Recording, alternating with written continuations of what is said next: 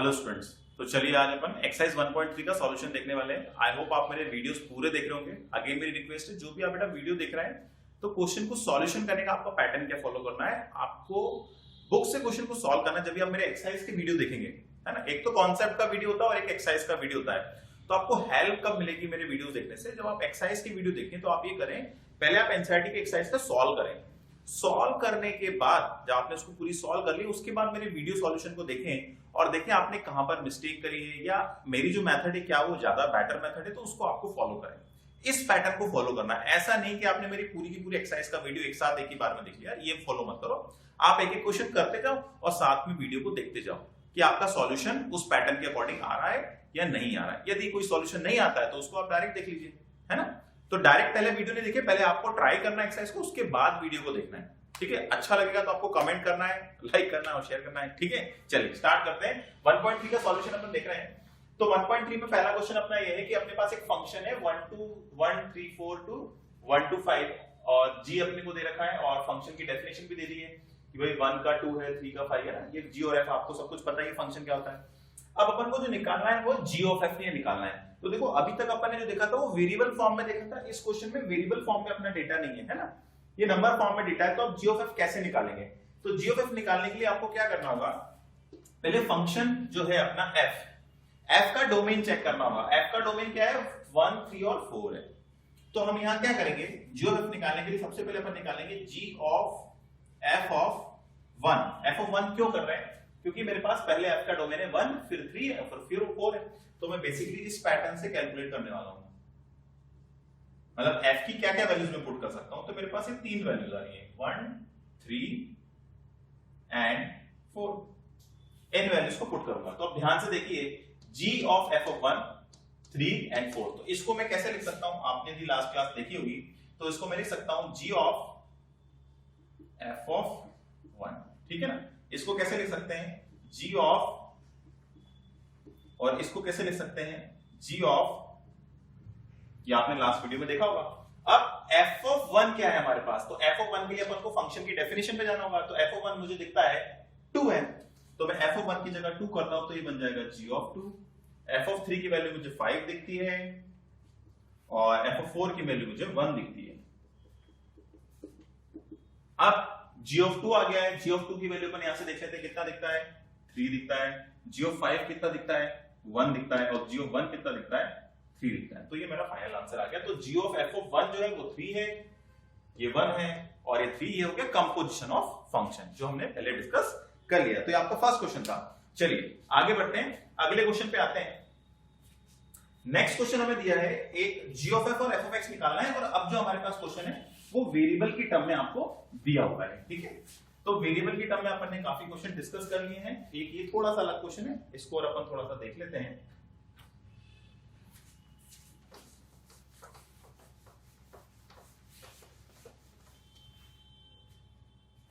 चलिए तो question number 3 में आ रहा हूं। इसके दो पार्ट में वीडियो आपको मिलेंगे, पार्ट 1 पार्ट 2 एक्सरसाइज 1.3 के। कुछ क्वेश्चन में आज पार्ट 1 में डिस्कस कर रहा हूं, कुछ आपको अगले वीडियोस में मिल जाएंगे, ठीक है। तो जो थर्ड क्वेश्चन उस पे अपन आते हैं। थर्ड क्वेश्चन में आपको दिया हुआ है f of x जो है वो मॉड्यूलस x है और g of x से आपको दिया हुआ है वो 5x - 2 का मॉड्यूलस है। आपको जो कैलकुलेट करना है इसमें g of f कैलकुलेट करना है और f of g कैलकुलेट करना है, ठीक है। ये दो चीजें आपको कैलकुलेट करनी है। तो फटाफट इसका सॉल्यूशन देखते हैं क्या होगा। यदि मैं g of f कैलकुलेट करूंगा तो मैं क्या लिख सकता हूं? g of f of x, है ना। तो g में मुझे f of x को पुट करना है। f of x क्या दिखता है मुझे? Modulus x। तो मैं इसको क्या लिख सकता हूं? g of modulus x। मतलब जो g फंक्शन है उसमें मुझे x की जगह पर मॉड्यूलस x डालना है। g में x की जगह पे मॉड्यूलस x डालना है। तो आंसर क्या आ जाएगा? x की जगह पे मॉड्यूलस x। ये आंसर आएगा, बहुत ही सिंपल है। अब यदि मुझे f of g कैलकुलेट करना है तो मैं f of g को क्या लिखूंगा? f of g of x लिखूंगा। g of x की वैल्यू क्या है? मॉड्यूलस 5x - 2 है, तो ये जाएगा g of modulus of this. मतलब g फंक्शन में x की जगह मुझे ये डालना है, सॉरी f फंक्शन में मुझे x की जगह पे ये पुट करना है। तो मॉड्यूलस x है, तो मॉड्यूलस ऑफ, अब x की जगह मैं ये लिख रहा हूं और मॉड्यूलस का मॉड्यूलस तो मॉड्यूलस ही रहेगा। तो फाइनल आंसर आपका यही रहेगा। ठीक है, 2 बार मॉड्यूलस नाम लगा दें तो भी कोई दिक्कत नहीं, बट इसको सिंगल टर्म लगाएं क्योंकि मॉड्यूलस का मॉड्यूलस मॉड्यूलस ही आंसर आएगा। तो ये बहुत ही सिंपल सा क्वेश्चन हो गया थर्ड। इसका एक पार्ट और आपको दिया है 8x3, एक पार्ट और देख लेते हैं। इसमें आपको दिया हुआ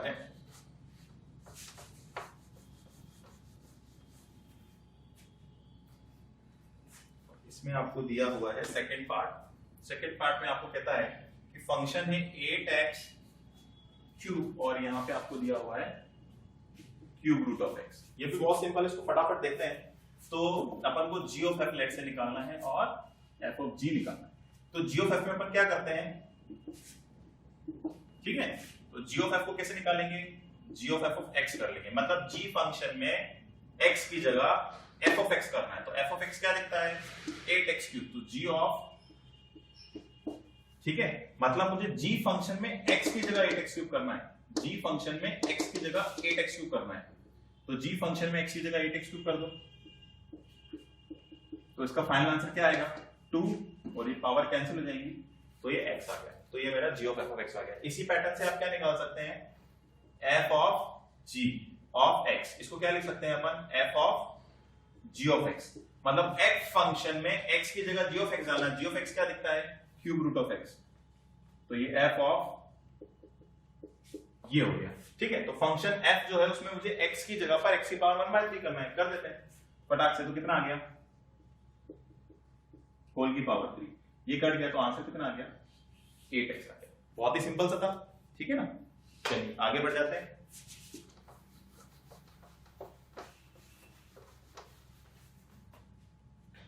इसके बाद जो नेक्स्ट क्वेश्चन है वो इनवर्स पे बेस्ड है ना। तो इनवर्स इस चैप्टर का सबसे इंपॉर्टेंट टॉपिक यदि मैं बोलूं तो वो दो हैं, एक आपका 1 1 1 2 फंक्शन और दूसरा इनवर्स। जो क्वेश्चन एग्जाम में बनता है 4 मार्क का वो यहीं से बनता है, या तो 1 1 1 2 पे बनाएगा वो या फिर वो इनवर्स पे बनाएगा।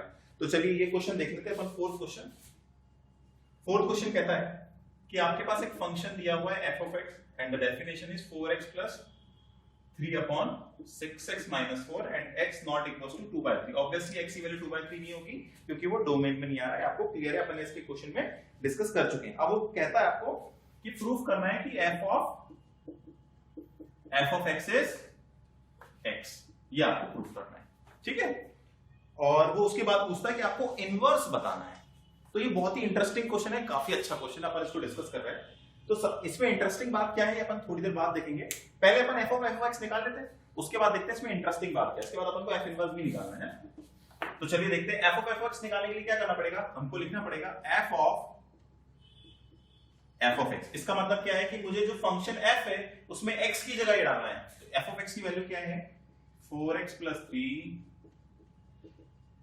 मतलब मेरा जो फंक्शन f है उसमें x की जगह डाल रहा हूं मैं। चलिए पुट करते हैं, फंक्शन f में x के प्लेस पे डाल दो आप 4x plus 3 upon 6x minus 4, है ना, यहां भी डाल दीजिए -4। इसको एलसीएम लेके आपको सॉल्व करना आता है, 12th क्लास में ऑब्वियसली मैं सॉल्व करके दिखाऊंगा। इसको सॉल्व करके आप चेक कर लीजिए, इसका आंसर आपका x है, कैंसिलेशन करेंगे, फाइनल आंसर आपका x नहीं आना है। अब इससे हमें क्या समझ आया, इससे हमें समझ आया कि f of x तो क्या आ गया, x आ गया। तो मैं क्या कह सकता हूं कि can I say that function is the inverse of itself, कह सकता हूं कि यदि f, क्योंकि हम यदि आपको याद हो एक g फंक्शन बनाते थे, g फंक्शन बनाने के बाद हम g of f of x निकालते थे, फिर f of g निकालते थे, फिर वो यदि वो दोनों आंसर आइडेंटिटी फंक्शन आते थे तो हम कहते थे ना कि वो एक जो दूसरा फंक्शन है पहले का इनवर्स है। तो यहाँ पे वही तो हुआ है, यदि मैं एक g फंक्शन बना करके निकालूं तो आइडेंटिटी फंक्शन ही तो आ रहा है, तो मैं कह सकता हूं function is the inverse of itself. तो एक तरीका तो आप डायरेक्टली लिख सकते हैं, है ना।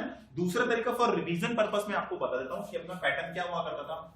यदि आप लोग को याद हो, मैंने आपको लास्ट वीडियो में बताया था, नहीं देखा हो आप तो लास्ट वीडियो देख लें जिसमें मैंने आपको इनवर्स को डिटेल में समझाया था। इस क्वेश्चन में एक बार वापस देख लीजिए। तो हम उसमें क्या करते थे, let us take a arbitrary element y लेते थे जो कि हमारे कोडोमेन या रेंज का पार्ट होता था, फिर हमारा जो फंक्शन होता था हम उसको y के इक्वल करते थे, है ना।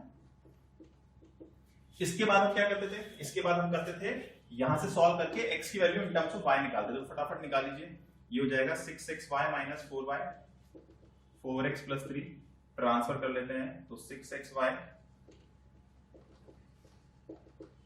तो यहां से x कॉमन लेते हैं,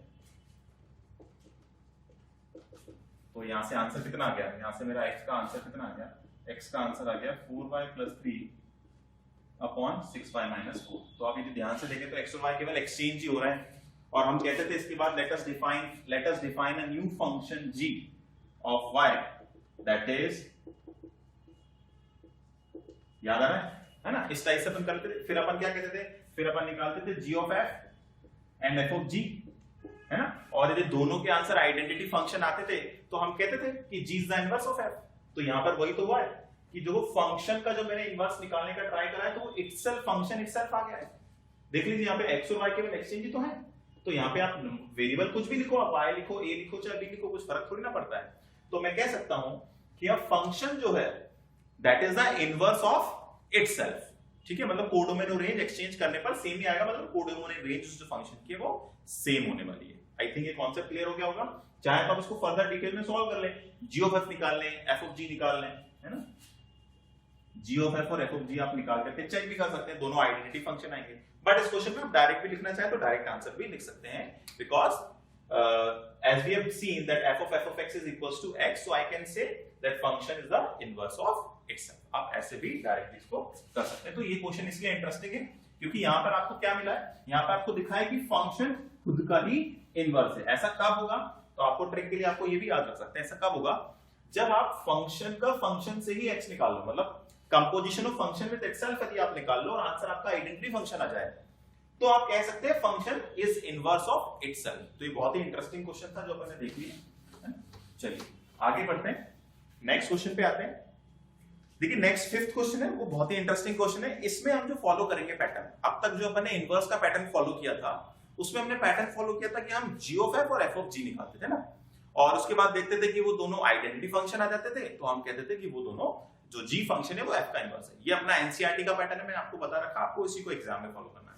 एक पैटर्न मैंने आपको और बता रखा है जो कि आपको कॉम्पिटिटिव के लिए मैंने बताया था कि किसी फंक्शन का इनवर्स कब एग्जिस्ट करता है, कि जब कोई फंक्शन मेरा 1 1 और ऑन टू दोनों होता है। याद है आपको 1 1 ऑन टू मैंने आपको प्रीवियस वीडियो में डिटेल में बता रखा है, तो आपको पता है कि 1 1 और ऑन टू कैसे चेक करना होता है, ठीक है। तो यहाँ पे अपन जो फिफ्थ क्वेश्चन डिस्कस करने वाले हैं, है ना, तो फिफ्थ में मैं आपको क्वेश्चन बताता हूँ। फिफ्थ के 3 पार्ट है, पहले फर्स्ट पार्ट देखिए। तो यहाँ पे अपना फंक्शन जो दिया वो क्या है, 1, 10, 2, 10, 3, 10 और 4, 10।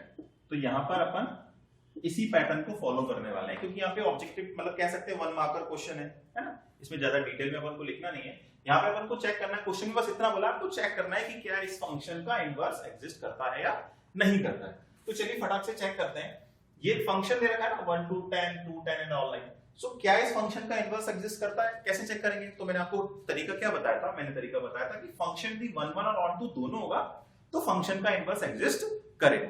तो यहाँ पे आप चेक करिए क्या ये फंक्शन 1 1 फंक्शन है और क्या ये फंक्शन ऑन टू फंक्शन है, आपको बस इतना सा चेक करना है। तो आप फटाक से देखें तो फंक्शन मुझे 1 1 फंक्शन नहीं दिखता है, because f of x1 equals to f of x2 but x1 and x2 are not equal, है ना, क्योंकि different distinct element in set A has no distinct images in set B, है ना।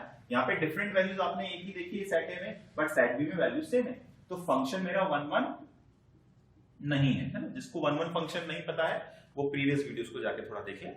तो 1 1 फंक्शन नहीं, क्योंकि distinct element in set A has unique same image in set B, तो ये 1 1 फंक्शन नहीं है। और यदि 1 1 फंक्शन नहीं है तो मैं कह सकता हूं इसका इनवर्स एग्जिस्ट नहीं करता है। तो फर्स्ट पार्ट तो अपना ऐसे कैंसिल हो गया। आपको बस यहां लिख के क्या आना होगा, since it is not 1 1 function, it is many 1 function, so we can say it is the inverse of the function does not exist। बस इतना ही पूछा हुआ है क्वेश्चन में। एक और पार्ट देखते हैं, इसमें क्या आपको दिया हुआ है, फंक्शन है आपका 5, 4 देन g करके लिखा हुआ है बुक में, then it is 6, 3, then it is 7, 4, then it is 8, 2। तो चलिए इसको चेक करते हैं। डोमेन एंड रेंज, डोमेन और कोडोमेन तो बुक में लिखा हुआ, आप देख लीजिए। तो इसको यदि आप चेक करें तो देखिए क्या ये 1 1 फंक्शन और ऑन टू फंक्शन दोनों आ रहा है या नहीं आ रहा है। तो चलिए चेक करते हैं। 5 की इमेज है 4, 6 की इमेज है 3, 7 की इमेज भी 4 है। तो क्या हम कह सकते हैं 1 1 फंक्शन है या नहीं है? तो 1 1 फंक्शन की कंडीशन क्या होती है, distinct element in set A should have distinct images in set B, but यहाँ पे फॉलो नहीं करता है। f of x1 और f of x3 इक्वल है, बट x1 और x3 डिफरेंट आ रहे हैं, they are not same। तो I can again say it is not ये 1 1 फंक्शन नहीं है, और यदि फंक्शन 1 1 नहीं है तो मैं कह सकता हूं g का भी इनवर्स एग्जिस्ट नहीं कर सकता। बहुत ही सिंपल तरीका है। तो ऑन टू की चेक करने की रिक्वायरमेंट आई नहीं, क्योंकि 1 1 नहीं था तो ऑन टू की रिक्वायरमेंट ही नहीं, ऑन टू हो जाने फर्क ही नहीं पड़ता फिर तो। ठीक है, एक और अपन को दिया हुआ है, इसको और देख लेते हैं। ये है आपका h, इसमें आपको दिया हुआ है 2 7 3 9 then 4 11 and then it is 5 30, है ना। डोमेन और कोडोमेन आपको बुक में दिए, आप इसको थोड़ा देख लीजिएगा। चलिए इसको चेक करते हैं फटाक से कि क्या ये 1 1 और ऑन टू फंक्शन है या नहीं। यदि 1 1 और ऑन टू होगा तो मैं कह सकता हूं कि भाई इनवर्स तो एग्जिस्ट करता है। ठीक है, तो चलिए चेक करिए। 2 की इमेज 7 आ रही है, 3 की इमेज 9 आ रही है, 4 की 11 आ रही है, 5 की 30, मतलब every element in set has a distinct image in set B. So 1 1 function तो ये है ना, 1 1 फंक्शन तो ये है। अब मुझे ऑन टू भी चेक करना है, तो ऑन टू के लिए मुझे बुक पे जाना पड़ेगा और बुक में इसकी कोडोमेन चेक करना पड़ेगा। तो कोडोमेन इसका जो दिया हुआ है वो है 7 9 11 30, ये कोडोमेन दिया हुआ था मेरे फंक्शन का, है ना, आपकी बुक में दिया हुआ। तो कोडोमेन और रेंज चेक करते हैं फटाक से, क्या इक्वल आ रही है 7 9 11 13 7 9, तो कोडोमेन और रेंज भी इक्वल है। ऑन टू फंक्शन की ट्रिक मैंने आपको बता रखी है, आप पूरा सॉल्व नहीं करेंगे, आप बस चेक करेंगे कि वो कोडोमेन और रेंज इक्वल है या नहीं है। और सिंस कोडोमेन और रेंज इक्वल है तो I can say it is onto टू फंक्शन। ये केवल ऑब्जेक्टिव में लगाना है ना, सब्जेक्टिव में आपको तरीका मैंने प्रीवियस वीडियो बता रखा है।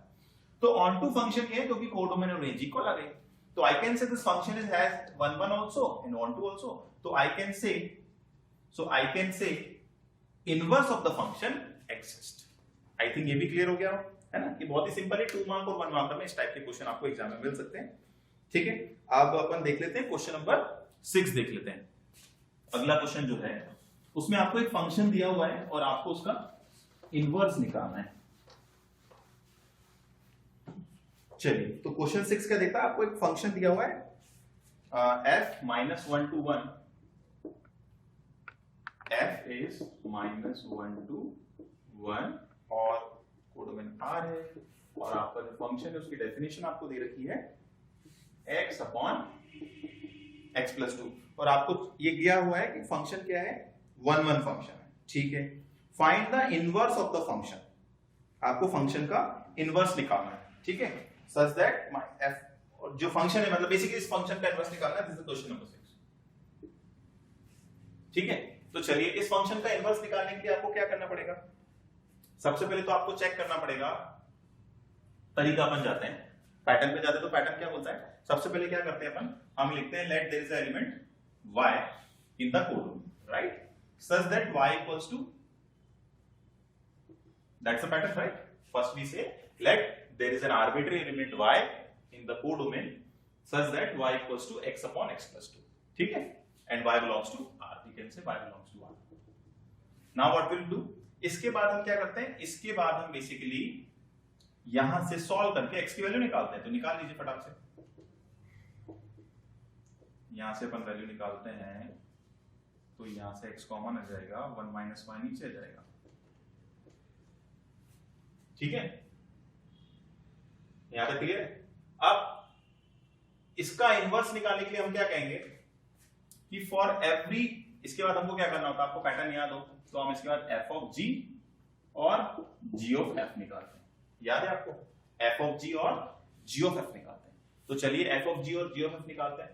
तो यदि आप f ऑफ g निकालोगे तो क्या होगा, f ऑफ g, तो g का अपने पास डोमेन क्या आता है, क्या दिखता है g? तो पहले तो g फंक्शन डिफाइन कर लेते हैं। Let us define a new function g of y that is equals to 2y upon 1 minus y such that y not equals to 1, and y will not be equals to 1। इसके बाद आपको क्या करना है, अब आपको f of g of y निकालना है ना, और उसके बाद g of f of x निकालना है, और दोनों के आंसर चेक करने हैं क्या आइडेंटिटी फंक्शन आ रहे हैं या नहीं आ रहे हैं। यदि इन दोनों के आंसर आइडेंटिटी फंक्शन आ जाते हैं तो हम कहेंगे कि जो फंक्शन गिवन था उसका इनवर्स g है, दैट इज दिस, राइट। तो आपको ये चेक करना है, इसको निकालने का पैटर्न आपको पता ही है। f of g of y को आप लिखेंगे f of g of y, और इसको आप लिखेंगे g of f of x। ठीक है, इनको पुट करके आप चेक कर लीजिए कि इनके आंसर आइडेंटिटी फंक्शन आ रहे हैं या नहीं आ रहे हैं। तो आप जब सॉल्व करेंगे तो आपको पता चलेगा कि आइडेंटिटी फंक्शन आ रहे हैं, तो हम कह सकते हैं कि इनका इनवर्स एग्जिस्ट करता है, and g is the inverse of f। I think यहां तक सबको क्लियर हो गया है। चलिए, तो यहाँ तो मैंने आपको बता दिया, आप ये चेक कर लेंगे है ना कि ये आपका आइडेंटिटी फंक्शन आ रहा है नहीं आ रहा है। आइडेंटिटी फंक्शन यदि आ रहा है तो आप कह देंगे कि इसका इनवर्स एग्जिस्ट करता है, दोनों आइडेंटिटी फंक्शन आ जाएंगे। इसके कई पैटर्न मैंने देख ही लिए अभी है ना, तो मैं इसमें डिटेल में नहीं जा रहा हूं। अब इस क्वेश्चन में एक चीज और बोली आपको कि शो दैट कि ये जो फंक्शन है वन वन फंक्शन है। एक चीज और बोली हुई जो आपसे मिस हो गई कि show that the function is a one one function. अब अपन वन वन फंक्शन कैसे शो करते हैं, ये सब तो आपको वैसे पता ही है। तो वन वन फंक्शन का आपका पैटर्न क्या होता है, मैं थोड़ा सा इरेज करके एक बार वापस लिखता हूं। तो वन वन फंक्शन बेसिकली हमारा पैटर्न क्या होता है, हम जो गिवन फंक्शन है उसके लिए दो डिफरेंट वैल्यूज लेते हैं है ना। तो हम कहते हैं let there are two numbers x1 and x2 that belongs to my domain है ना, जो -1 से 1 ये जो अपना डोमेन है इसमें लाई करते हैं। That there are two numbers है ना, such that f of x1 जो है f of x2 के इक्वल है। ठीक है, तो f of x1 निकाल लो क्या आएगा और f of x2 निकाल लो क्या आएगा। फिर हम इसके बाद क्या करते हैं, इन दोनों इक्वेशन को सॉल्व करते हैं। जो आपकी पर्टिकुलर इक्वेशन आ गई इसको आप सॉल्व करके और चेक करेंगे कि x1 और x2 इक्वल आ रहा है या नहीं आ रहा है। तो आप इसको क्रॉस मल्टीप्लाई करके सॉल्व कर लीजिए और चेक करिए कि x1 x2 के इक्वल आ रहा है नहीं आ रहा है। तो आपका x1 और x2 इक्वल आएगा। इसको भी मैं सॉल्व करके नहीं दिखा रहा हूं, क्रॉस मल्टीप्लिकेशन बहुत ही आसान है ना, ये आप कर लेंगे। तो x1 और x2 इक्वल आ जाएगा, तो आप हेंस f इज 1 1 आप इसके बाद कह सकते हैं। ठीक है, ये बहुत ही सिंपल क्वेश्चन हो गया। एक क्वेश्चन अपन और डिस्कस कर लेते हैं इस वीडियो में है ना, 7th क्वेश्चन और देख लेते हैं। तो आपको पैटर्न आई थिंक क्लियर हो गया है कि वन वन फंक्शन कैसे आपको किसी फंक्शन का इनवर्स निकालना होता है। चलिए, तो एक अपना 7th क्वेश्चन और देखते हैं। 7th क्वेश्चन में आपको दिया एक सिंपल सा फंक्शन है, बहुत छोटा सा है। सॉल्यूशन देख लेते हैं कि फंक्शन आपको दे रखा है 4x + 3 दिया हुआ है राइट, और आपको फंक्शन R2R ऑब्वियसली बात है, डोमेन रेंज तो इसके आ रही होंगे। आपको पहले तो शो करना है कि show that f is invertible और उसके बाद इसकी आपको इनवर्स निकालना है। तो पैटर्न अपन फॉलो करते हैं। यदि कोई ऐसा पैटर्न भी कर सकता है कि since the function is 1 1 and on 2 so it is the inverse, ये भी राइट है। बट एग्जाम में आपको लिखने के पैटर्न में that will not be the exact वे, थोड़ा लंबा भी जाएगा। एनसीईआरटी का पैटर्न अपन ने शुरू से फॉलो किया तो अपन उसी को फॉलो करेंगे। हां, कोई बच्चा चाहे तो 1 1 ऑन 2 का पैटर्न फॉलो कर सकता है। लास्ट वीडियो में मैंने आपको 1 1 ऑन 2 की प्रूविंग बता रखी है, वो पैटर्न भी राइट है। ठीक है, अभी अपन इसको जो एनसीईआरटी का बुक मेथड है उसको फॉलो करके सॉल्व कर रहे हैं। तो सबसे पहले हम क्या करते हैं, let there is an element y, arbitrary element y that belongs to R, that is my codomain है ना, ये अपन को सबसे पहले लिखना होता है। उसके बाद हम क्या करते हैं, y को इक्वल करते हैं मेरे फंक्शन के और यहां से x की वैल्यू निकालते हैं, y - 3/4 that is x, such that x belongs to R। इसके बाद बोलते हैं let us define a new function g such that g of y equals to क्या होता है, दैट इज y - 3/4। या मैंने एक नया फंक्शन g डिफाइन कर दिया। इसके बाद कहते हैं let us define a new function g such that g of y is y - 3/4। अब इसके बाद हमें क्या करना होता है, इसके बाद हमें निकालना होता है g of f and f of g, g of f and f of g है। ये आपको पैटर्न याद हो गया होगा अब तो ये दोनों आप निकाल के चेक कर लीजिए कि क्या इसका आंसर आइडेंटिटी फंक्शन आ रहा है या नहीं आ रहा है, और इसका आंसर आइडेंटिटी फंक्शन आ रहा है या नहीं आ रहा है। तो इसका आंसर यदि आप निकालेंगे तो g of f of x का आंसर जो आइडेंटिटी फंक्शन आएगा वो किस में आएगा, g की रेंज दैट इज x, तो आंसर x में आना चाहिए। तो आप इसको सॉल्व करके चेक कर लीजिए इसका आंसर x आ रहा है नहीं आ रहा है, और इसका आंसर भी आप चेक कर लीजिए कि आंसर y आ रहा है नहीं आ रहा है। ठीक है, तो इन दोनों को आप सॉल्व करके चेक कर लीजिए आ रहा है नहीं आ रहा है। तो यदि ये आपके आंसर आ जाते हैं तो आप कह सकते हैं कि g of f and f of g both are the identity function, and since both are the identity function hence we can say that f inverse exists है ना। ये सिंपल सा पैटर्न आपको बता रखा है, hence f inverse exists and who is the f inverse, then we'll say g is the inverse of f। बस इतना सा आपको काम करना है, ये मैं वापस सॉल्व करके नहीं बता रहा हूं, ये तो आपने देख लिया। ठीक है, तो आई थिंक एक्सरसाइज आपकी 50% पोर्शन मैंने कवर कर दिया। नेक्स्ट वीडियो में हाफ पोर्शन कवर करूंगा। जो भी वीडियो देख रहा है पूरे वीडियोस को देखें और लाइक और कमेंट जरूर करिए। आप कहां से पढ़ रहे हैं, आपको वीडियो कैसे लग रहे हैं, आपके व्यूज जरूर इसमें शेयर करिए so that we can try to improve further. Okay.